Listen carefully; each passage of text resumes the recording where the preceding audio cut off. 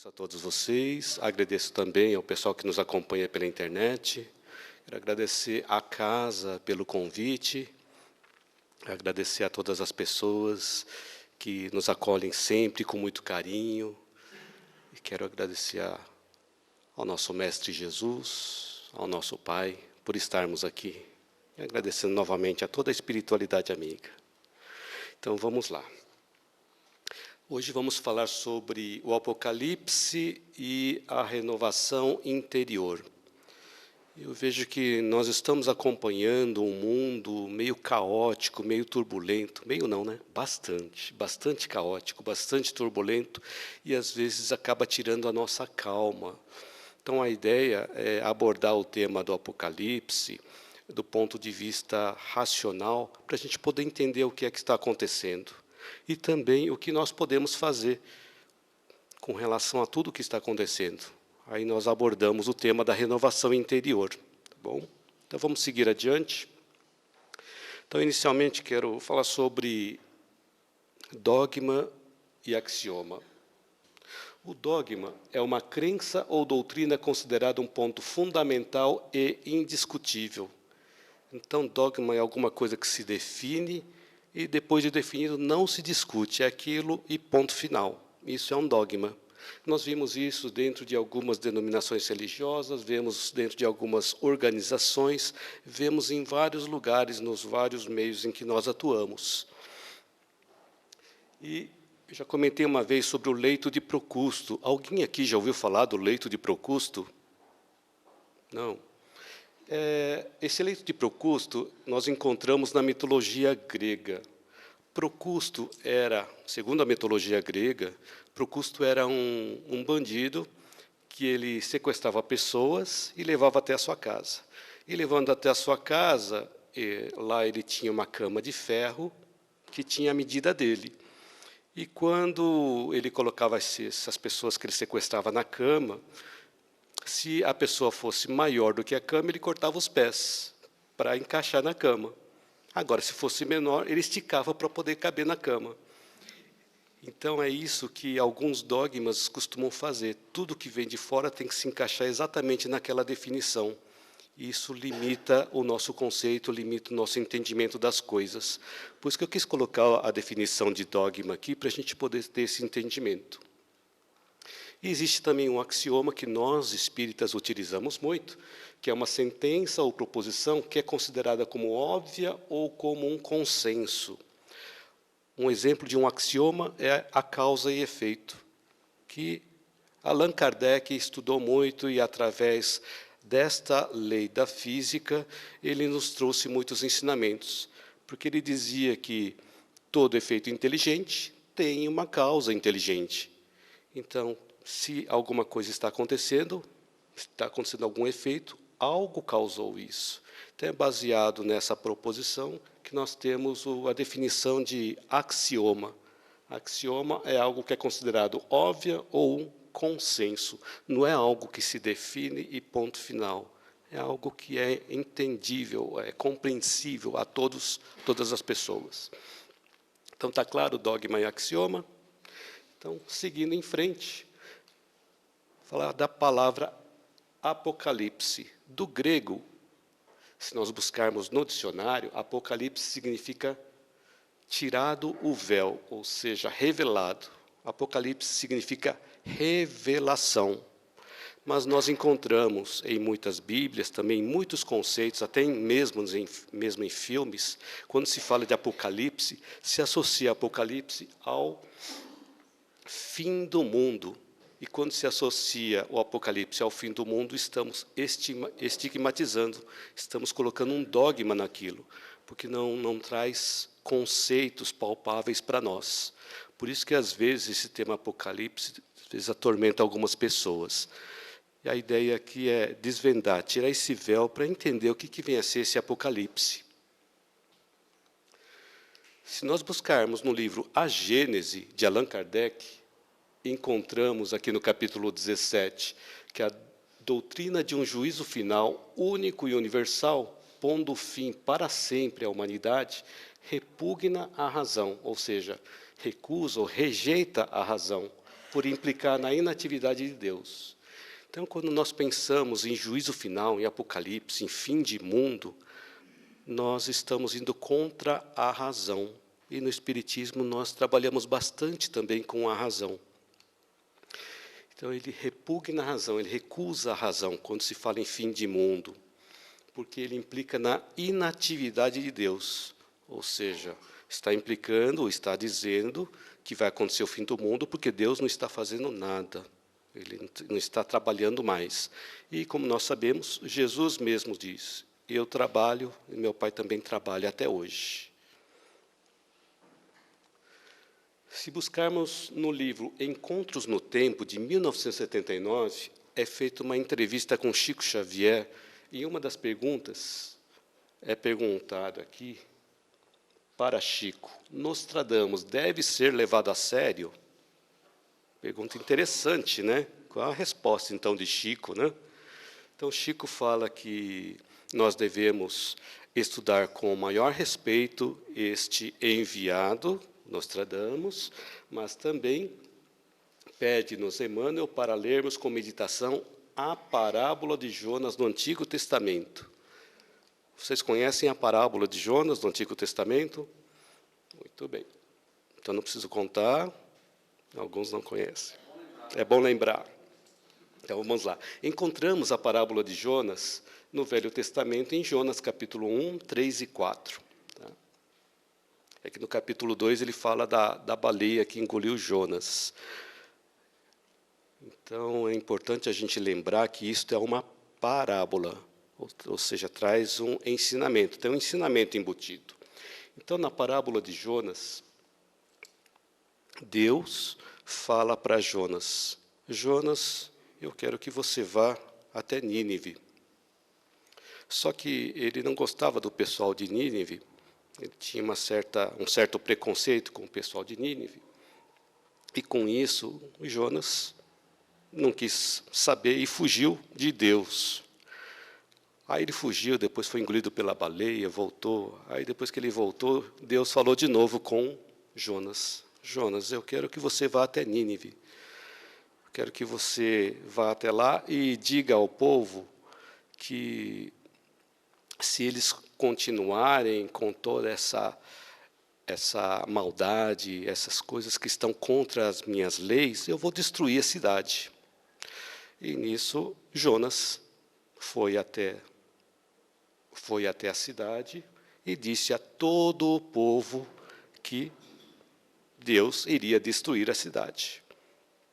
Então, se eles continuassem com toda aquela rebeldia, com toda aquela maldade, com o modo de como eles estavam vivendo, ele ia destruir a cidade, né? Que Deus iria destruir a cidade. Então, ele voltou e passou um tempo e Deus não destruiu a cidade, porque o povo de Nínive se arrependeu, ou seja, eles mudaram o modo de como eles estavam agindo para agir conforme as leis de Deus, e assim Deus não destruiu a cidade.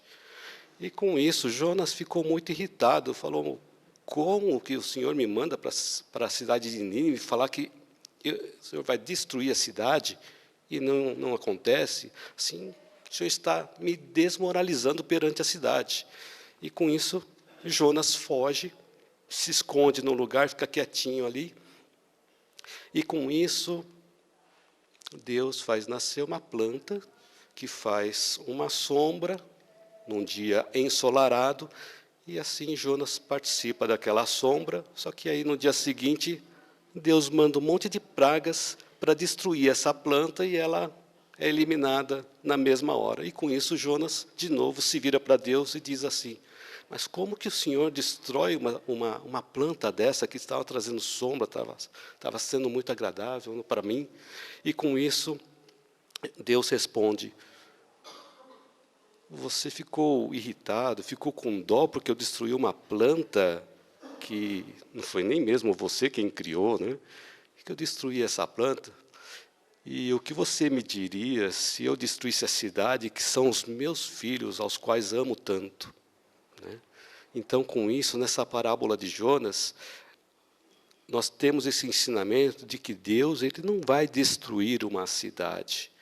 Então, o povo se arrependeu e Deus não destruiu a cidade. Então, quando se fala em revelação, nós estamos recebendo mensagens de advertências para corrigir algumas ações que nós estamos realizando, para corrigir alguns modos de comportamento que nós estamos fazendo no nosso dia a dia. Então, o Apocalipse vem a ser uma revelação, vem a ser uma advertência. Se buscarmos no livro O Céu e o Inferno, de Allan Kardec, encontramos no capítulo 8, item 9, Deus é soberanamente bom, justo e misericordioso. Então, prova que ele é bom, ele não é malvado, ele não é aquele senhor que está com um cajado castigando a todos que não cumprem as leis. Ele é bom, justo e misericordioso. Encontramos isso também, esta frase, em Salmos e também em Deuteronômio. Em Deuteronômio encontraremos também que Deus não vai nos abandonar, Deus não vai nos destruir, não vai desprezar a aliança. É importante a gente lembrar disso. E Deus é o Criador do universo. Né? No o livro dos Espíritos, de Allan Kardec, questão número 1, temos a definição dos Espíritos, informando que Deus é a inteligência suprema, causa primária de todas as coisas. E na introdução do livro dos Espíritos, encontramos esta frase, que Deus criou o universo, que compreende todos os seres animados e inanimados, materiais e imateriais. O que significa isso? Que Deus criou o universo todo. Ele não criou apenas o Brasil. Então, quando dizem que Deus é brasileiro, na verdade, Deus não é só brasileiro. Deus é Deus de todos os povos, tá? E não só do planeta Terra, de todo o sistema solar. E só do sistema solar? Não, de todos os outros sistemas, de todas as nebulosas, de tudo que ele criou. Então, ele é o Criador do universo que compreende todos os seres animados e inanimados, materiais e imateriais. Então, quando nós vemos isso, que Deus, ele criou tudo, é importante a gente lembrar que Deus, ele não é um Deus tribal, Deus de uma tribo, Deus de uma religião. Porque, às vezes, encontramos pessoas que falam, se você não entrar na minha religião, você não vai ser salvo. E como Allan Kardec mesmo disse, né, fora da caridade não há salvação. Não é fora da igreja não há salvação, é fora da caridade que não há salvação. Então, existem várias outras denominações religiosas que praticam a caridade, e é ali que está realmente a salvação. Então, encontramos também no livro dos Espíritos, a lei divina ou lei natural. Esta parte da lei divina ou lei natural nós encontramos na terceira parte do livro dos Espíritos, referentes às leis morais. E na questão 614 do livro dos Espíritos, tem uma definição dos Espíritos que diz que a lei natural é a lei de Deus. Que lei natural é essa que é a lei de Deus? Bom, se é uma lei de Deus, é uma lei que vale para todo o universo, não vale apenas para um determinado público, algum determinado grupo religioso. É uma lei que vale para todo o universo. Quais são essas leis de Deus? Encontramos esta divisão da lei de Deus no livro dos Espíritos, como a lei de adoração, de trabalho, lei de reprodução, de conservação, destruição, sociedade, progresso, igualdade, liberdade e lei de justiça, amor e caridade. Os Espíritos dizem que todas elas são importantes, mas a mais importante de todas é a lei de justiça, amor e caridade, que engloba todas as outras. Quando nós aprendemos essas leis, nós vamos conseguir nos integrar mais facilmente com todos os povos aqui do planeta Terra e também de outros planetas e de outros mundos. Eu coloquei em azul aqui a lei de conservação e lei de destruição, que eu vou comentar também em seguida, porque eles também fazem parte das leis naturais, fazem parte das leis divinas. Então, aqui está a lei de destruição nós encontramos na questão 728. Então, os espíritos dizem que a lei de destruição, ou o que nós chamamos de destruição, na verdade, é apenas transformação, tem o objetivo de renovação e melhoramento dos seres vivos. Então, muitas vezes, encontramos muitas catástrofes, muitos fenômenos, muitos cataclismos acontecendo, e nós vemos como uma destruição. É que nós estamos vendo apenas aquele pedacinho do cenário. Nós não estamos vendo o cenário todo. Se nós conseguirmos ver o cenário todo, vamos entender que aquilo está sendo útil para a renovação e melhoramento dos seres vivos. Quantas vezes lugares foram destruídos e depois, na reconstrução, ficaram melhores do que estavam antes, não é assim? Temos muitos exemplos disso. E nessa fase de reconstrução daquele lugar que foi destruído, existe uma maior união entre os povos. E exatamente esse é um dos pontos, né? Na destruição, a lei de destruição permite a união entre as pessoas. Existe também o uso da inteligência para desenvolvimento daquele ambiente, porque se não tivesse destruição, todos ficariam na mesma situação, naquele banho-maria, não teria evolução. E quando se destrói alguma coisa, nós temos a renovação e o melhoramento. Porque se a gente vê só um pequeno trecho, realmente aquilo é uma catástrofe, é uma calamidade, né? Então, é importante a gente ter uma visão do todo. E também vemos muitas coisas aqui, a necessidade do mal. Vemos que, no mundo atual, o mal está muito presente, principalmente quando ligamos a TV, só tem isso na TV, só o mal. Uma vez eu estava assistindo um programa, quando eu assistia a TV, tinha um programa na Band que falava sobre boas notícias. Era uma boa notícia durante o dia inteiro, o resto era só notícia ruim.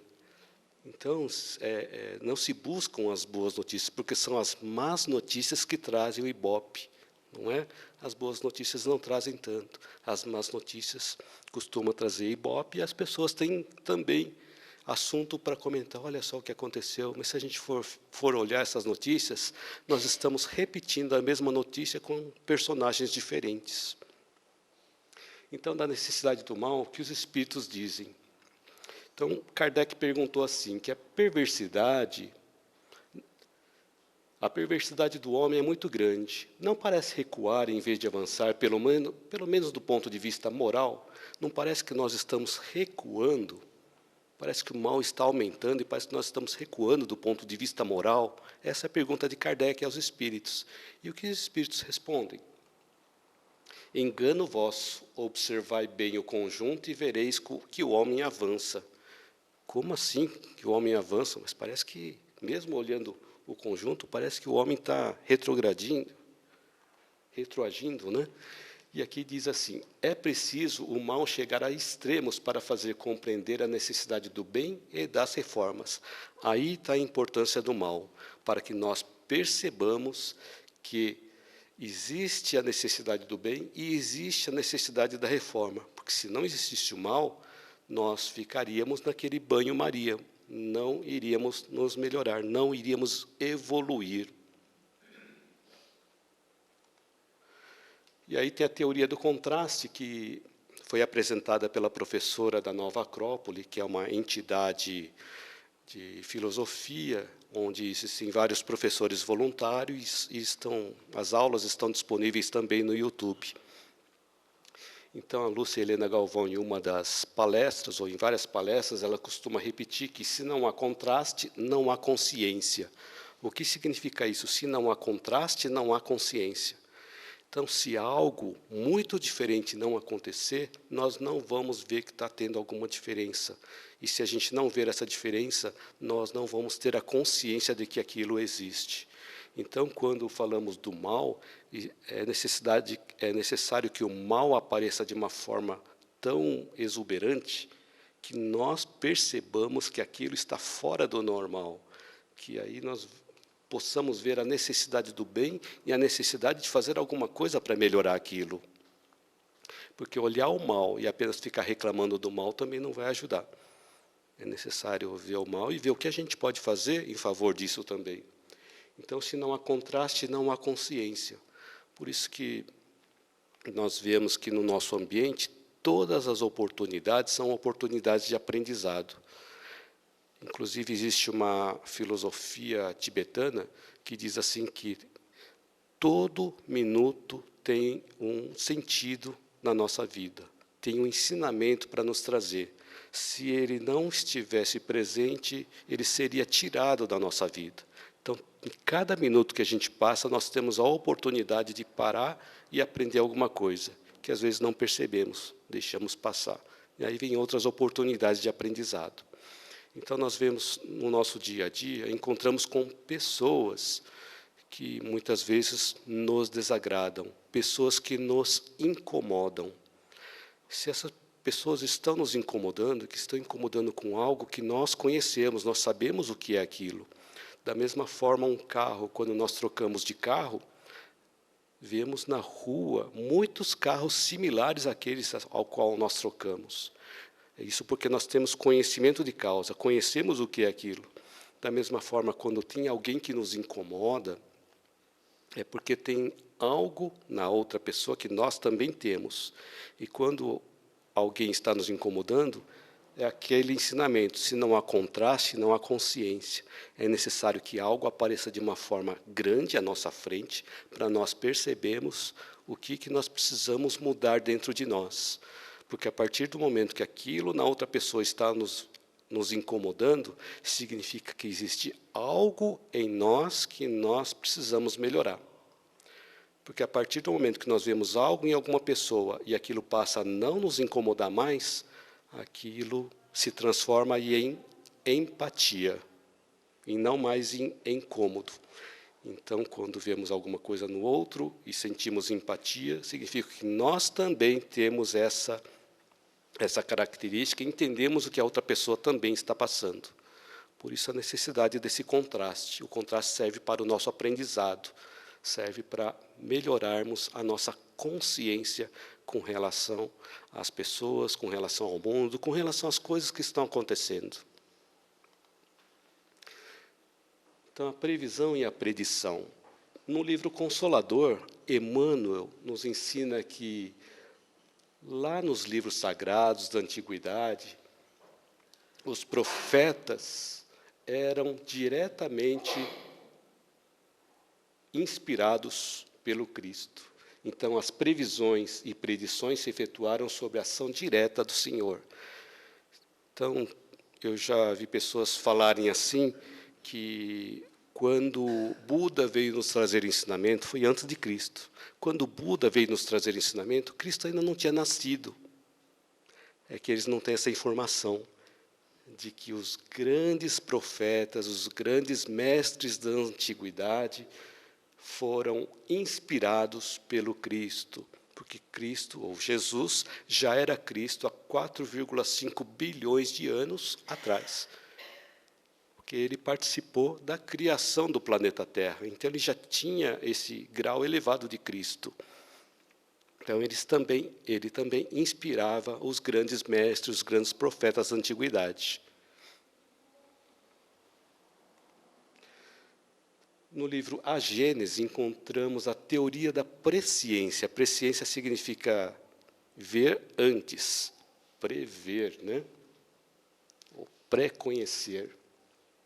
Como é possível o conhecimento do futuro?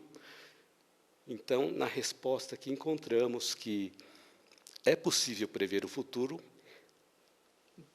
analisando o estado presente. Então, analisando o estado presente, nós sabemos o futuro. Porque o presente, ele ocorre em função de algo que aconteceu no passado. De novo, o axioma: não há efeito sem causa.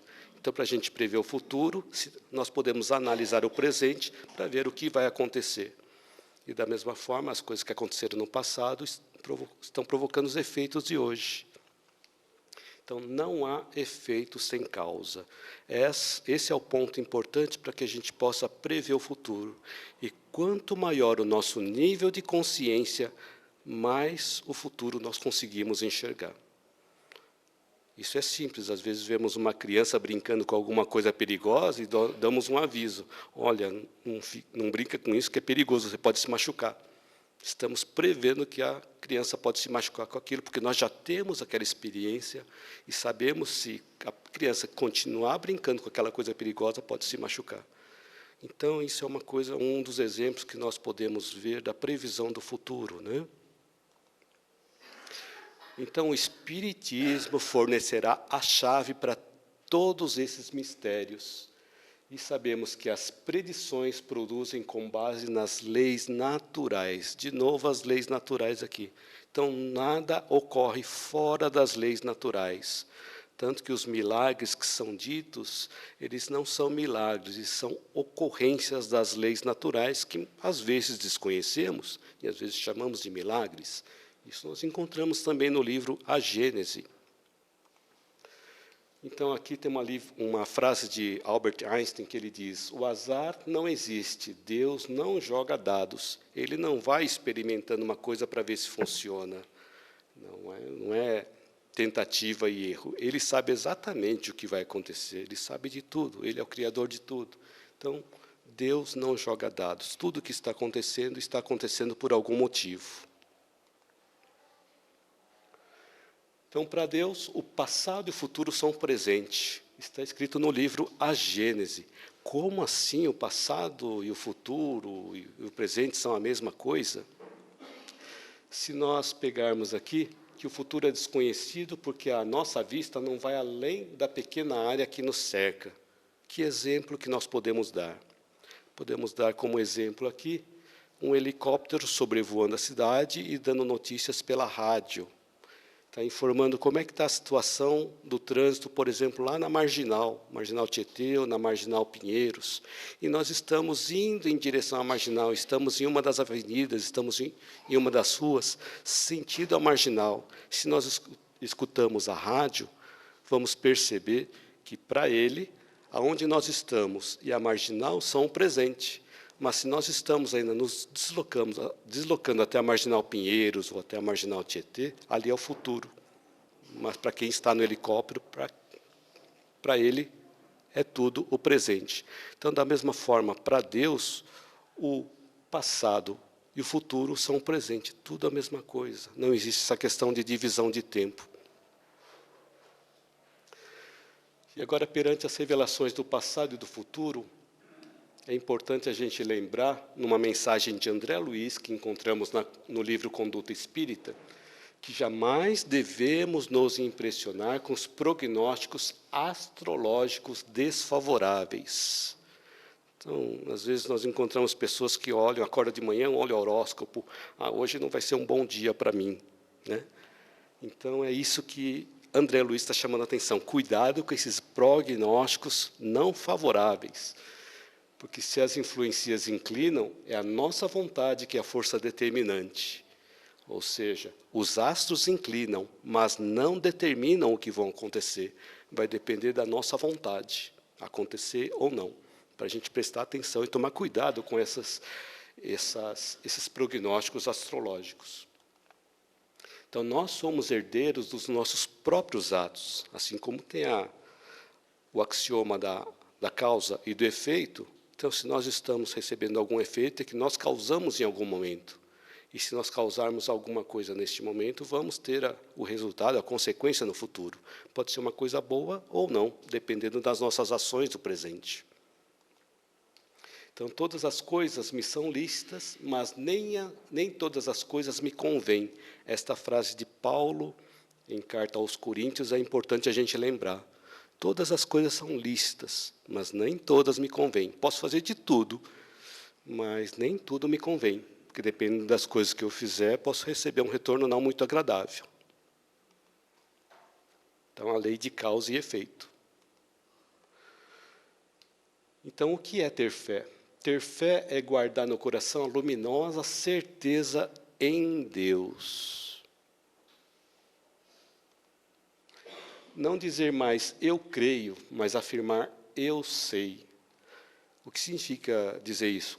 Não dizer mais eu creio, mas sim eu sei. Eu, por exemplo, posso dizer, eu não acredito em reencarnação. Eu sei que a reencarnação existe. Então, são coisas diferentes. Mas é importante este outro ponto aqui da frase. Com todos os valores da razão tocados pela luz do sentimento. É importante envolver a razão e o sentimento. Porque se focalizamos só na razão, eu posso me tornar arrogante. Eu sei que a reencarnação existe. Mas se eu não colocar o sentimento, eu me torno arrogante com relação a essa proposição que eu estou colocando. Então, é importante colocar a razão e o sentimento nessas proposições que a gente coloca com relação à fé. Aí a Emmanuel fala sobre a dúvida raciocinada. Por que tem a dúvida raciocinada? Porque Kardec falou sobre a fé raciocinada. Que a fé raciocinada, ou fé inabalável, só é aquela que pode encarar a razão face a face em todas as épocas da humanidade. Esta frase é importantíssima, que nós podemos encarar a razão face a face em todas as épocas da humanidade. E para quem não assistiu ainda o filme de Allan Kardec, segue uma sugestão de filme para assistir. Tá? Às segundas-feiras é mais barato no cinema. Tá? Então, já fomos assistir a um filme bastante interessante, bastante didático também, e esta frase também é dita durante o filme. Então, Emmanuel fala sobre a dúvida raciocinada. Então, a dúvida raciocinada no coração sincero, na alma cheia de boa vontade, é um elemento benéfico para a alma na marcha da inteligência e do coração. De novo, ele está colocando aqui a dúvida raciocinada com coração sincero e boa vontade. Não aquele que fica apenas especulando só para ver se a gente erra em alguma coisa, mas sim aquela dúvida que está buscando alguma coisa, do coração sincero, aquele que está buscando com boa vontade um esclarecimento daquilo. Né? É um elemento benéfico para a alma na marcha da inteligência e do coração. De novo, a razão e o sentimento envolvidos, rumo à luz sublimada da fé. Conforme nós vamos tirando as dúvidas, vamos melhorando a nossa fé. E para que a fé é importante? Conforme nós vamos adquirindo e fortalecendo a nossa fé através do conhecimento, essa fé nos ajuda a ter mais esperança. E a esperança que faz nós movermos para frente. A dúvida é o princípio da sabedoria, como disse Aristóteles. Aristóteles, que é um filósofo grego. Agora tem os profetas da atualidade. Vocês conhecem algum profeta da atualidade? Né? Antigamente se falava bastante, né? E aí, no livro Consolador, ele fala sobre os profetas da atualidade. Então, na questão 280, Emmanuel nos ensina que os novos enviados agem nos setores da ciência e da filosofia, da literatura e da arte. Então, os novos profetas estão ali no mundo da ciência, no mundo da filosofia, da literatura, da arte, mas nós não percebemos. Porque esses missionários novos ainda são obrigados a viver no deserto das cidades tumultuosas. Nós estamos vivendo esse tumulto, não percebemos aqueles profetas nos trazendo informações.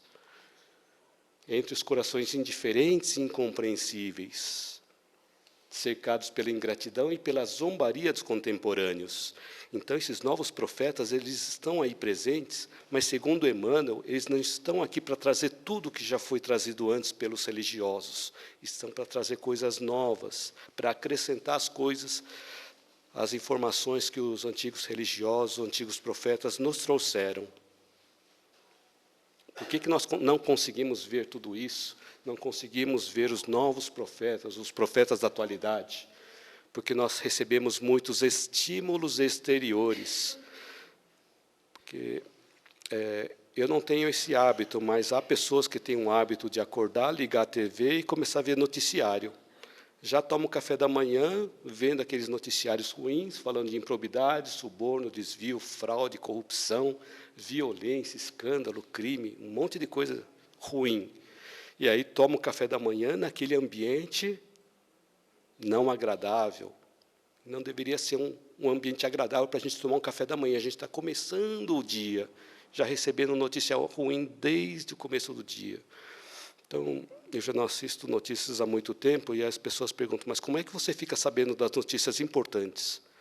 É porque eu tenho uma rede de relacionamento. E geralmente alguém comenta, você viu aquela notícia, você viu isso, você viu aquilo. Então, tem pessoas que comentam isso. E eu não preciso ficar assistindo as notícias para ficar sabendo que alguma coisa importante está acontecendo.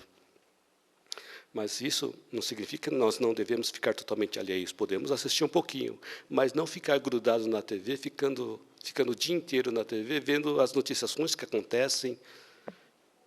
No município de São Paulo, por exemplo, tem alguns canais que ficam o dia inteiro mostrando notícia ruim o dia inteiro, né? E aquilo fica contaminando a cabeça da gente, nos desviando do que realmente importa para nós. São os estímulos exteriores que acabam ocupando a nossa vida. E não tem só esses. Tem também as compras, as coisas que aparecem na internet, as novidades que aparecem, as liquidações. Existem uma série de coisas que nos atraem para os estímulos exteriores. Facebook, YouTube, Netflix, celular. Muitas vezes nós nos prendemos a isso e não percebemos os nossos estímulos interiores. Muitas vezes nos voltamos para essas coisas, dos estímulos exteriores, para fugir de algo. Às vezes estamos com alguma dor, algum sofrimento, e buscamos algum acalento nessas coisas exteriores para nós esquecermos aquele sofrimento, esquecermos aquela dor. Mas aquela dor e aquele sofrimento não vão passar. Eles vão ficar momentaneamente fora enquanto nós estivermos distraídos com outras coisas. Então, enquanto nós estivermos muito distraídos com esses estímulos exteriores, nós não estamos nos olhando por dentro, estamos perdendo essa oportunidade. Por isso que a palestra diz, o Apocalipse e a renovação interior. Então, nós podemos nos melhorar perante tudo isso que está acontecendo e auxiliar a fazer um mundo melhor para nós e para os nossos descendentes, para as outras pessoas que ainda vão reencarnar. Isso não significa que nós não devamos utilizar nada disso. É importante, eles fazem parte da nossa vida. O cuidado é com o exagero com relação a tudo isso. O exagero que pode provocar esse desequilíbrio em nós, cada vez maior. Então, nós temos esses gatilhos emocionais que muitas vezes nos distraem. Nós somos levados a essas situações, a ver aqueles estímulos emocionais, e algo faz com que a gente busque aquele gatilho emocional e faz com que aquilo se torne uma rotina, e aí ganhamos uma recompensa.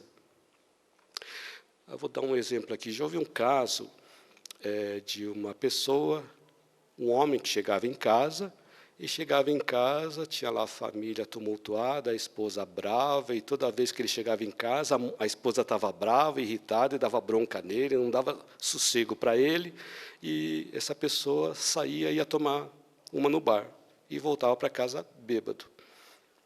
Então, aquela briga, aquela situação negativa no lar, fazia com que ele se afastasse do lar.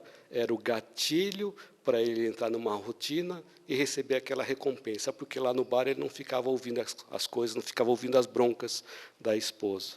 E a gente sabe também, nós espíritas sabemos, que existe uma repercussão espiritual. Quando acontece alguma coisa desse tipo, existe a influência espiritual participando daquele processo para provocar o desequilíbrio no lar. Importante a gente lembrar disso também. E sempre quando a gente entra num loop do hábito, às vezes a gente entra nessa situação e nem percebe por que a gente está fazendo aquilo. E esse loop do hábito ele pode ser modificado. Se tem algum hábito não benéfico para nós podemos modificar por outros pequenos hábitos. Porque um grande hábito começa com um pequeno hábito. Por exemplo, para quem não gosta de ler, uma leitura diária de 15 minutos é importante. Mas se a pessoa não tem esse hábito de ler, 15 minutos é muito tempo. Então, a pessoa pode escolher 5 minutos por dia, pegar o livro e ficar 5 minutos por dia. Aí, se a pessoa falar, mas eu não tenho 5 minutos por dia para parar e ficar lendo. Tem sim, aquele momento que a gente fica sentado no trono, dá mais de 5 minutos, não dá? Então, esse momento é um momento que a gente pode usar esses 5 minutos e começar a ter esse hábito da leitura. Então, a gente pode mudar o nosso hábito, pouquinho em pouquinho, até ele se transformar num hábito mais agradável, um hábito normal na nossa vida e passar a fazer parte da nossa vida. Nós temos aqui algumas fases que nós encontramos no livro A Gênese, falando dos vários mundos, o mundo primitivo, a expiação em provas, regeneração, o mundo feliz e o mundo puro. Nós estamos, atualmente, no mundo de expiação em provas, em transição para o mundo de regeneração. Nós estamos nesse processo de transição. E toda a transição, ou toda a transformação, ela é associada a uma crise. Nós encontramos isso na nossa vida. Na nossa vida, nós também temos fases. Segundo a antroposofia, nós temos as fases setenárias. A cada 7 anos, nós mudamos de uma fase para outra e passamos por uma crise. Um momento de transformação. Quando chegamos aos 7 anos de idade, 14 anos, 21 anos, 28 anos e assim por diante. A cada 7 anos, passamos por um processo de transformação, e esse processo de transformação provoca uma certa turbulência, uma certa crise, que serve para que nós possamos passar para o patamar seguinte. Então, é um aprendizado que nós devemos trazer para levar para o patamar seguinte de aprendizado. Então, nós estamos nesse mundo de expiação e provas, e segundo o livro A Gênese, o mundo de regeneração ainda não é um mundo feliz, mas já é um mundo em que todos nós gostaríamos de viver, que é um mundo onde existe mais o bem do que o mal. É um mundo onde nós estaremos em convalescença após uma doença grave. Então, por enquanto, estamos nessa fase de expiação e provas, seguindo para o mundo de regeneração. É o mundo que está mudando? Sim, o mundo está mudando, mas está mudando com a velocidade pela qual a população está mudando. Então, segundo a população muda, conforme a população muda, o mundo vai mudar. Então, vai depender de cada um de nós acelerarmos ou atrasarmos esse processo de transição. Então, a geração nova. No livro A Gênese, Kardec nos informa que a Terra não terá, Kardec junto com os espíritos, né? Ele fala que a Terra não terá que se transformar por meio de um cataclismo que aniquile de súbito uma geração. Ou seja, não vai acontecer uma coisa que vai destruir todo o mundo, toda uma geração. As coisas vão acontecer de forma gradativa. E ele dá um exemplo. Imaginemos um regimento composto, um regimento do Exército, composto, na maioria, de homens turbulentos e indisciplinados. Não é isso que a gente encontra hoje no planeta Terra, um mundo com muitos homens turbulentos e indisciplinados. Então, no exemplo, ele fala, vamos supor que aos poucos são tirados alguns soldados turbulentos e indisciplinados, colocados outros soldados bons no lugar. E aos poucos vai acontecendo essa troca. E depois de um tempo, este regimento que tinha homens turbulentos e indisciplinados, que ninguém conseguia controlar, ele vai ser substituído por um outro regimento melhor, mais controlável, mais disciplinado. E ele faz uma analogia também com o planeta Terra. Nós também estamos encontrando, nesse mundo, pessoas que estão saindo e pessoas que estão chegando. Se nós prestarmos atenção nas crianças que estão nascendo hoje, estão nascendo com um pensamento diferente, um pensamento voltado para o bem, um pensamento voltado para a natureza, e muitas crianças não querem fazer mal aos animais, eles estão percebendo também a importância de cuidar bem dos animais. Então, já está chegando essa geração nova. Aos poucos, as pessoas vão sendo substituídas para que nós possamos passar por esse processo de regeneração. Então, não é que vai acontecer o fim do mundo de uma vez. Esse processo de transição vai acontecer de forma gradativa, e nós já estamos vendo isso. Então, os verdadeiros sinais dos tempos, nós encontramos aqui que nos tempos atuais, né, que é exatamente os sinais dos tempos ao qual Kardec e os espíritos falavam em 1866. Quando chegar os tempos, os suicídios se multiplicarão até entre as crianças. Por que os suicídios estão se multiplicando? Pela falta de fé, pela falta de esperança no futuro. E como nós, cada vez mais, vamos nos fortalecendo com conhecimento, vamos nos fortalecendo na fé. Isso traz um entendimento melhor, que traz uma esperança, traz um acalento, traz uma esperança num futuro melhor. É porque muitos não estão tendo acesso a essas informações. Por isso que está acontecendo essa turbulência toda, né? A loucura também jamais terá atingido tão grande quantidade de homens. E nessa Gênese, no livro A Caminho da Luz, ele fala que, Emmanuel fala que na direção de todos os fenômenos existe uma comunidade de espíritos puros e eleitos pelo Senhor Supremo do Universo. Comunidade de espíritos puros e eleitos pelo Senhor do Universo, na qual Cristo, na qual Jesus é um deles. São os espíritos já crísticos. Então, existe uma comunidade de espíritos puros e eleitos pelo Senhor, que estão com quem estão as rédeas diretoras da vida. Eles estão controlando tudo o que está acontecendo. É que a natureza não dá saltos, então tudo tem que acontecer gradativamente no seu tempo.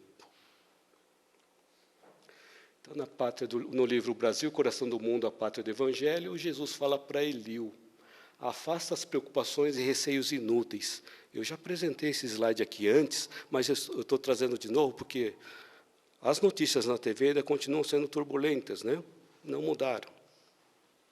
A região do Cruzeiro, onde realizará as ações gloriosas do meu Evangelho, estará ligada, antes de tudo e eternamente, ao meu coração. Jesus falando para Eliú que a pátria do Evangelho, o Brasil, estará ligada ao coração de Jesus, eternamente.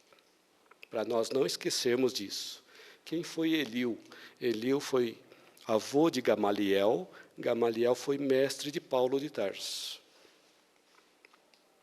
Então, as injunções, ou seja, as imposições políticas terão atividades secundárias, porque acima de todas as coisas estará o sinal da fraternidade universal, unindo todos os espíritos e todos os povos.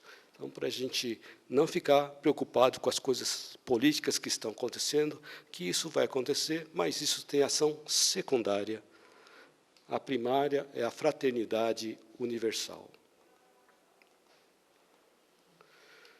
Aqui no livro Os Mensageiros, capítulo 2, a palestra do instrutor André Luiz nos traz a informação de que milhões de almas recapitulam individual e coletivamente as lições milenares. O que significa isso? Milhões de pessoas reencarnam e repetem as mesmas reencarnações. Repetem como? Fazem as mesmas coisas que fizeram na reencarnação anterior.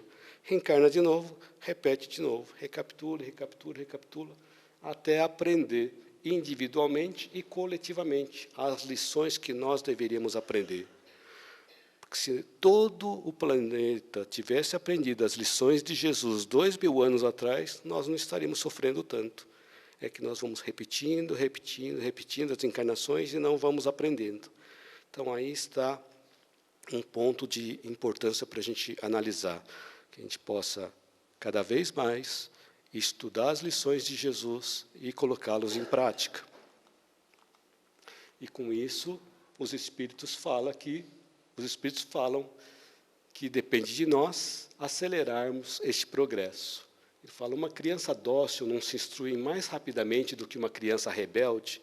Então, quanto mais nós nos revoltamos com relação à situação, nós estamos sendo rebeldes. E não estamos sendo crianças dóceis. Quando somos crianças dóceis e entendemos as lições, entendemos as leis de Deus, nós vamos nos instruindo mais rapidamente, vamos evoluindo mais rapidamente. E no livro Missionários da Luz, Manassés, que é o instrutor de André Luiz, ele fala que o completista é aquele que reencarna e completa a missão, realizando todas as possibilidades, ou realizando todas as atividades pela qual foi combinado antes de reencarnar. E ele fala que nós reencarnamos e muitas vezes desprezamos 50%, 60%, 70% e frequentemente até mais das nossas possibilidades. Perdemos a oportunidade de ser completistas. Então, ser completista é completar a missão pela qual nós combinamos antes de reencarnar. E, às vezes, nos distraímos com as outras coisas, com os estímulos exteriores em excesso, e aí acabamos não realizando as nossas missões. E a missão dos espíritas tem uma mensagem do espírito Erasto, que é o protetor do médium, uma mensagem de 1863. E ele diz assim: verdadeiros adeptos do espiritismo, é chegada a hora em que deveis sacrificar em favor da sua divulgação hábitos, trabalhos e ocupações fúteis. São todas as coisas que não servem para o nosso melhoramento. Então, por isso que é importante a gente ver quais são os estímulos exteriores e qual é a quantidade de tempo que a gente passa vendo os estímulos exteriores. E nós não estamos cuidando de nós mesmos e cuidando da sociedade. Ide e pregai. O que significa essa frase? Ide e pregai. A gente pegar o Evangelho, sair pregando de porta em porta, ou ir pregando quando a gente tem reunião familiar, quando a gente vai trabalhar. Não é isso que ele fala. Ide e pregai significa nós utilizarmos o que nós estamos aprendendo no nosso dia a dia e servirmos como exemplo. Isso que significa ide e pregai, conforme ensinou Francisco de Assis. Pregue o Evangelho em todo o tempo. Se necessário, use palavras. Então é isso. Pregue o Evangelho a todo o tempo, se necessário, use palavras. Então estou repetindo para ver se eu aprendo, né? Então, a gente poder colocar em prática o que a gente está aprendendo. Se necessário, usar palavras. Importante a gente lembrar do furo no barco. Ainda bem que o furo não é do nosso lado. Então, tem um barco aqui com um furo do outro lado do barco e um pessoal falando, ainda bem que o furo não é do nosso lado. Importante a gente lembrar disso. Qual o tamanho do nosso barco? O tamanho do nosso barco é nós mesmos, é só a nossa família e os nossos amigos, ou é o planeta inteiro? Porque se a gente vê que está acontecendo as guerras lá no outro lado do mundo, vê que está acontecendo coisas ruins do outro lado do mundo, é importante a gente ver que a gente também está sendo influenciado. Nós estamos no mesmo barco, que o planeta, em regeneração, é o planeta Terra inteiro, não é só o Brasil. Então é importante a gente ter a consciência no coletivo, conforme temos a informação nos mensageiros. Aniceto ensina para André Luiz: o erro de uma nação influirá em todas, como o gemido de um homem perturbaria o contentamento de milhões. Então, se uma nação errar, vai influenciar em todo o resto. A humanidade terrestre é uma família de Deus, como bilhões de outras famílias planetárias no universo infinito.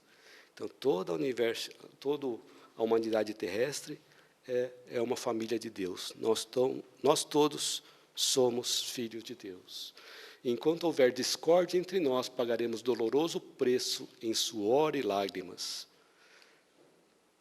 Todos sofreremos os resultados do esquecimento da lei. Cada um será responsabilizado de perto pela cota de discórdia que haja trazido à família mundial. Se nós provocamos discórdia em alguém próximo a nós, estamos participando também da discórdia no mundo. Estamos ajudando a aumentar a discórdia no mundo, né? Da mesma forma, se nós analisarmos o corpo humano, no corpo humano nós temos várias células. Nós temos as células do coração, do estômago, do intestino, dos ossos, né? E eles têm funções específicas que trabalham no conjunto do corpo inteiro. Vocês podem imaginar uma célula que só pense nela mesma? Sim, existe, né? Existem células que pensam só nelas. São os cânceres, que não são as células nem do intestino, não são do coração, não são do fígado, não são do rim, são os cânceres. Então, quando as células pensam somente nelas, elas provocam aquele individualismo, que é justamente o câncer, que nós devemos tomar cuidado nesse pensamento coletivo, na consciência coletiva. Não pensar apenas em nós, mas começarmos a pensar cada vez mais de forma global, de forma universal. Isso começa com um trabalho que a gente faz dentro de casa, com as pessoas mais próximas a nós. Então, o sinal mais característico da imperfeição é uma pergunta de Kardec. Qual é o maior obstáculo ao progresso moral? O orgulho e o egoísmo. Mas se nós tirarmos todos os defeitos, todos os vícios, qual o sinal mais característico da imperfeição? Como assim, se tirarmos todos os vícios, todos os defeitos, ainda somos imperfeitos? A pergunta de Kardec aos espíritos. O sinal mais característico da imperfeição é o interesse pessoal. Como assim interesse pessoal? Bom, como espíritas, eu vou fazer alguma coisa boa porque eu quero ir para o nosso lar. É o interesse pessoal. Eu quero fazer uma coisa boa porque eu estou ganhando bônus hora. É um interesse pessoal. Agora, quando a gente começa a ter um pensamento coletivo, eu estou fazendo alguma coisa boa para poder ajudar alguém. Já é um pensamento mais no outro. Tá? É um pensamento mais universal. E não ter um interesse pessoal. Isso é uma coisa gradativa que a gente vai aprendendo também com o tempo. Tem uma frase de Rui Barbosa que ele diz assim: se queres a paz, prepara-te para a paz. Então, se a gente quer a paz, a gente deve se preparar para a paz. Se a gente está buscando um mundo de regeneração, a gente deve se preparar para o mundo de regeneração. No mundo de regeneração, é um mundo onde existe mais o bem do que o mal, onde existem mais pessoas boas do que pessoas ruins. Ele diz assim: não se evita a guerra preparando a guerra. Então, enquanto nós estamos nos equipando para a guerra, nós estamos nos preparando para a guerra e não para a paz. Não se obtém a paz, senão preparando a paz. Se nós queremos a paz, nós devemos construir essa paz. E nós devemos preparar essa paz dentro de nós e no mundo onde a gente vive. Muito obrigado.